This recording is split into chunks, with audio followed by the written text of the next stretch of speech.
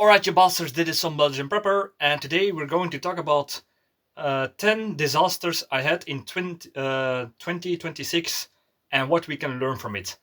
And some of these disasters might not sound like big disasters, even mundane, I would say, but it is something that as a prepper you need to realize the big ones will not always show up. There will not be apocalypse style shitty defense scenario always. Most of your disasters where you will prep for will be small, everyday annoyances or something very, like I said, mundane. And that's actually the things you probably will encounter the most. So you need to be, if you can be prepared for those, you will be prepared for even worse. So let's start to what happened to me in 2026 and see what we can learn from it. So far, I had an identity fraud. Somebody I already made a video about this on how to counter it, but in small, somebody stole used my name in some sort of um, system for public transport, and they got a fine for riding on public transport without how do you say this, without a ticket. So he gave my name with the thing that he done in the system, and yeah, I got a fine, and yeah, it was a hefty fine of 149 euros that somebody did with my name. So um, like I said in that video, just stay easy. This can be fixed. But I had to go through all annoying loopholes. I had to go write a complaint to the public transport company. I had to go to the police to file a report. I had to take that report, send it to the public transport, and then eventually I had to write a handwritten note on honor that I was not present and that day at that moment, and that it was all identity theft. So yeah, I didn't have to pay, but I lost about 3 hours of my life doing all this stuff. It's annoying, but yeah, it's also not only about the money, it's also about the principles. And will they catch the guy? Probably not. Will this guy do it again? Probably. So yeah, there's nothing much more you can do for it, and that is the annoying thing about this. Uh, what we can learn from this is be careful to who you're giving your name to, because some people might abuse it. Is what I'm trying to say here. The second one was an extraordinary hail rain. I was at some sort of birthday party with friends. It was more like a big party for someone. It were like hundreds of people, 150 I think, and it was one of those extraordinary weather phenomenon that rarely happens in Belgium. But when they happen, there were hail balls the size of this. I will make a video about how to survive hail that with such big um, size. They were like 6 centimeter in diameter, and yeah, car windows broken down, roofs collapse, not collapse, but full of holes, um, and greenhouses, all glass broken down, uh, pits in the metal with framework of cars everywhere, trees broken down, and some animals were dead, and yeah, we all had to run inside, and yeah, to escape from it. And even inside, the hail was so thick and so fast that it went through the weaker parts of the roof and even destroyed a part of the inside of the hangar we were in. So yeah, that was one of the disasters. I will make a video on how to survive such a hail rain. But yeah, those are things that you cannot uh, prepare for. There were weather reports that it was going to rain, but it was very exceptional. So I would say train to be alert. Try to learn your surroundings while you're even at a party, even at a place that you always know where you can hide, where are the exits. Uh, be careful about the people around you. If there was a child running loose and got lost and nobody knew where he was during the hail rain, that would have been a disaster for the child. So not only keep aware of your surroundings, but also for the people around you is the biggest take I can give you in this. Um, I would say number three was a colleague who started to get heart problems at work. He was already had an appointment for the heart specialist, and yeah, he started to get a little bit, hurt heart, in his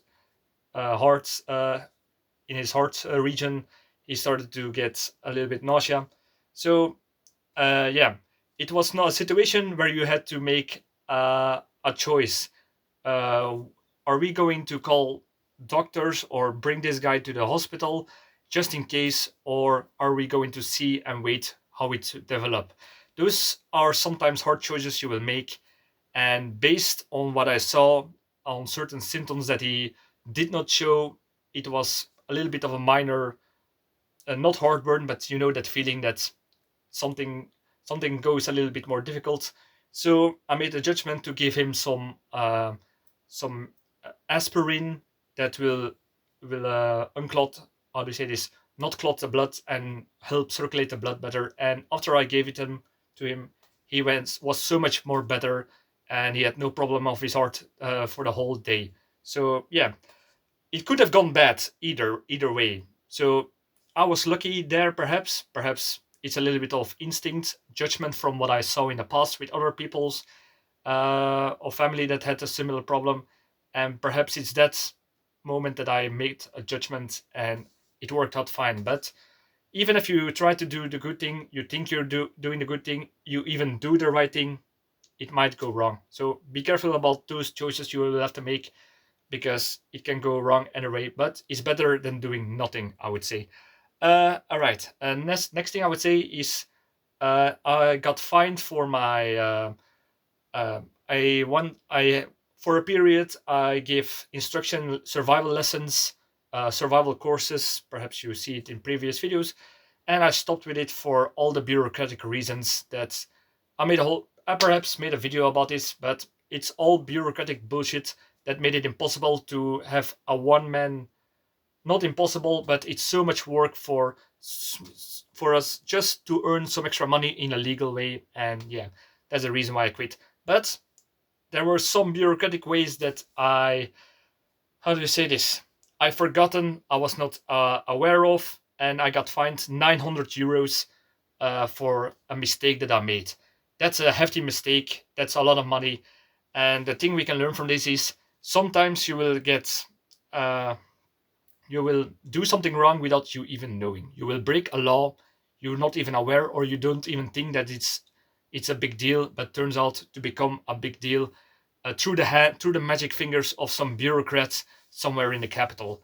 And yeah, always have some money in reserve is perhaps a good lesson from this, because I only had I thought it was 48 hours to pay the money, otherwise they would get interest on top of it and I would have to pay more.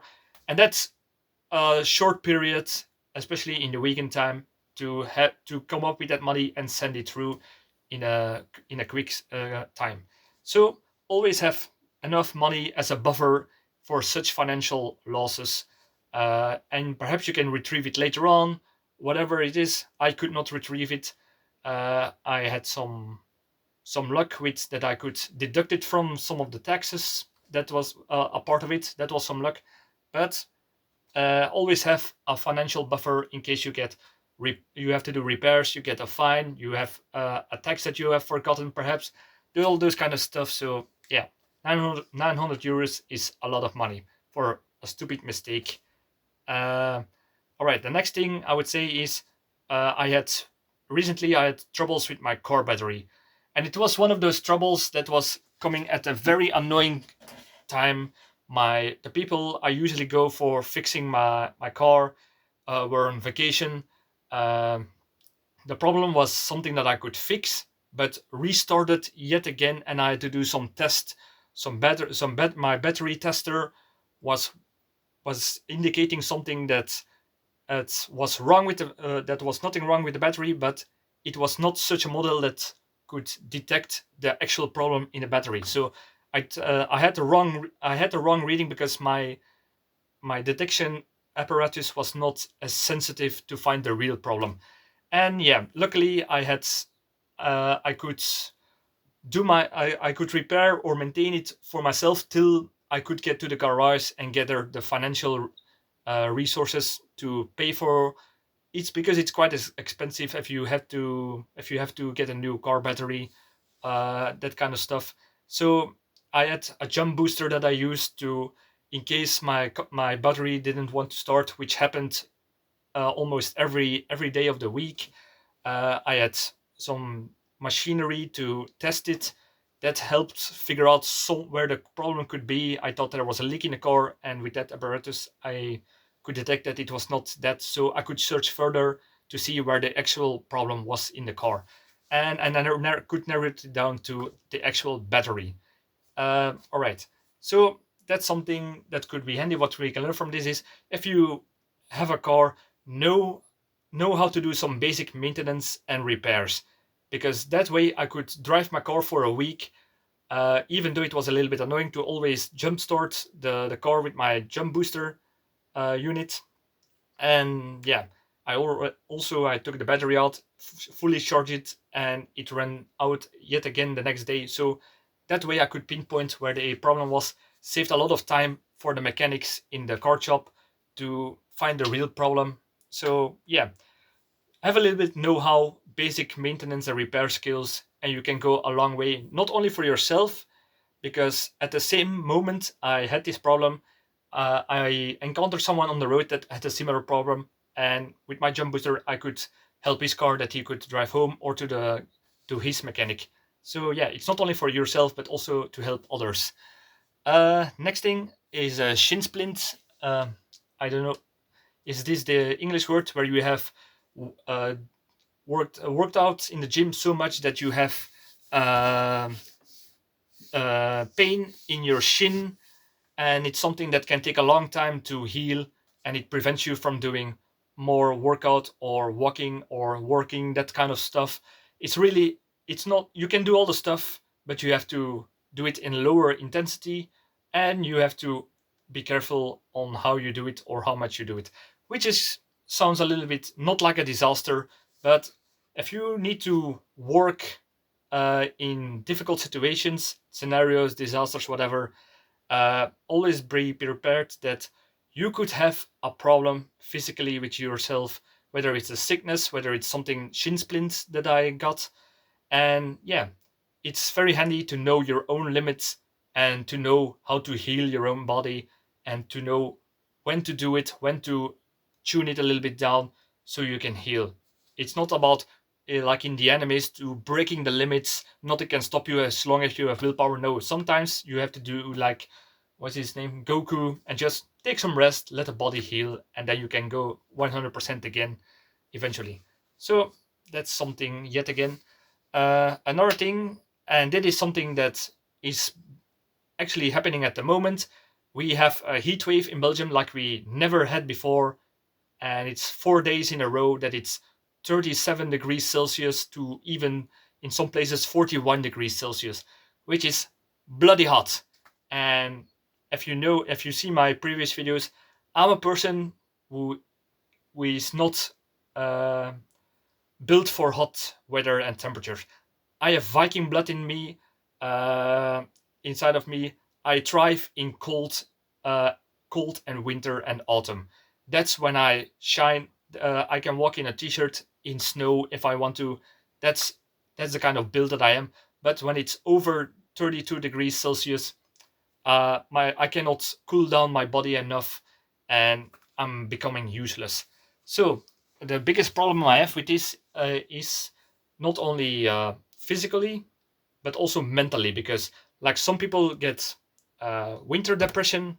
In my case, I get in those days summer depression. I'm useless mentally. I'm going a little bit down. I'm getting a little bit irritated fast.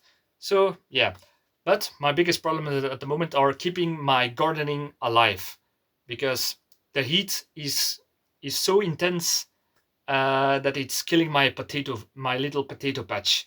So I have to work every night uh, to keep it alive, water it, to mend plants, to set up shade for the next day. So if it was a shitty defense situation, it would be very dangerous, because yeah, it's your food source that you are losing to 4 exceptional weather days during the year that almost never happens. So yeah, that's a little bit annoying. And but I'm blessed in a way because I'm stubborn and because I'm a homestead prepper.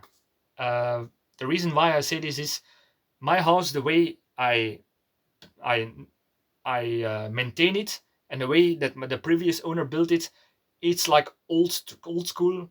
So I don't have to use air conditioning. I don't use have to use ventilators. uh, the inside of my house stay cool even when it's 4 days 37 39 degrees Celsius, and I'm blessed with it because all my colleagues, all my friends, all my family members, my parents, all their houses, because they are up to code, the norm that the Belgian government says your house has to be this thick, isolated, insulated for the weather and for energy to be more energy efficient and for the climate. They are all just cooking in their houses, and there are a lot of there are even deaths that are falling here in Belgium during this weather. And I'm blessed with the way this house is built, that especially with my physical aversion to heat, it is, yeah, a blessing. So but it could have been worse if I did not live if I lived at this other place. So then I had to take some other measurements, but now I can just do what they used to do back in the days: closing windows, closing curtains, storm flaps, um, try open one way that the air get cooled out, thermodynamics, all that kind of stuff. And yeah, that could have been a bigger disaster than it already is. It's only one more day of 40 degrees Celsius, the hottest day ever recorded in Belgium. So, whew, that is that's only one more day to save my potatoes and my animals. All right, next one I would say is the Battle of the Rats. This might sound exciting, but before I'm going to talk about the Battle of the Rats, if you're interested in detective stories, there will be a link in the description to my books called Bloody Crosses and the Jason Murders. So if you're interested in detective series, that is my book if you're interested. All right, so the Battle of the Rats. Uh, Not a long time ago, I had a problem that is occurring 1 or 2 times a year, and that is usually when the farmers are plowing the fields and all the. It's like one of those, we call it woelratten, which is a type of rat that is this big and is digging underground under the farmer fields. But because the farmers are plowing the fields, they seek refuge somewhere else, and where they do it, me and my neighbors in their garden. And I had a problem with rats eating my the food of my chickens and even harassing some of my animals, stealing eggs. And I had to, because these rats are very clever, I had to wage war on the rats. So I used a mixture of shooting every rat that I saw. I had to prepare for it in a way that, like I said, rats are very smart. If you shoot from one place, they know they will avoid that place, and you have to always, like a sniper, change shooting positions, change the bait that you use or don't use bait, lay poison, but change poison, lay it in strategic places so other rats cannot see that one rat has eaten from it, place traps on the routes, but make it not too obvious because a rat can recognize it if they avoid it or see it once. So it was this trinity of weapons that I used to get rid of the rats, and now I don't have any more rats. So, hooray, victory upon the rats! But I know they will be back for next year. But now I have more um, knowledge and battle plans ready for the next wave, I would say, which sounds a little bit more dramatic than it sounds. But yeah, I would say seven is I I went to a survival course, and I had dehydration, and that was actually 1 year ago, exactly 1 year ago. It was around the same period, also 38 degrees Celsius. It was in the Ardennes, very hot, in one of can those canyons. Not It's not like a canyon, but it's like a dig out canyon where now a forest grows, and it was bloody hot in there, and you had to find your own water, filter it with what you found in nature. And I got dehydrated so bad that I folded in two because I lost all the electrolytes in my body, and I all my muscles cramped so badly that I went into a V shape and I could not move for an hour. And yeah, they had to give me some ORS. I made a video about those packages to get a little bit better again. But yeah, you learned a lot from it, and I had to perhaps anticipate a little bit more. But sometimes these things happens too late. Next thing I would say is a storm wind. Yeah, there are a lot of extreme weather patterns in Belgium. It's because of the super El Nino or something that is happening in the world. And yeah, there was a big storm wind coming with winds. It might not sound like much, but it's much for here in Belgium, of over between 90 and 100 kilometers an hour. And yeah, if you know that that's coming to you, you have to store up your car that debris will not fall on top of it. Everything that is loose, you will have to attach. You will have to get your animals into safety, your gardening protection, protect the windows and everything that could get loose by the wind, the roofing tiles, all that kind of stuff. Be prepared to repair it with extra material and tools that you have on upon hands. So that's also very important that you will have to prepare for these kind of disasters. And yeah, the last one I would say, and this is actually a very bad one. That's I'm luckily, it's not luckily, but the disaster I'm talking about is heartbreak. I went out with this girl for a month, and we hit it on very good. We almost had everything on the same level. We had similar interest. We liked each other, and for some reason, she didn't feel like it. After a month, suddenly out of the nowhere, she said, I don't. I want to keep you more as a friend." And it was not my first rodeo, but yet again, it's very hurtful. It's very hurtful, and it's because my heart was broken in the past that I was perhaps more hardened to it. It was still annoying. It did hurt, but yeah, imagine if it's what's your first heartbreak, the kind of mentally, psychologically stress that you will have, and perhaps you will do something stupid that you will regret for the rest of your life. I'm lucky in that regard that I already was hardened against it, but it's a disaster that if it was a relationship for years, perhaps that could have been more painful, difficult, and perhaps let me do things that I normally would not do. I do not say bad things, but a person with heartbreak, I've seen it too much to see what it can do to a person, is what I'm trying to say. So those were my 10 disasters of 2026, and I hope you learned something from it.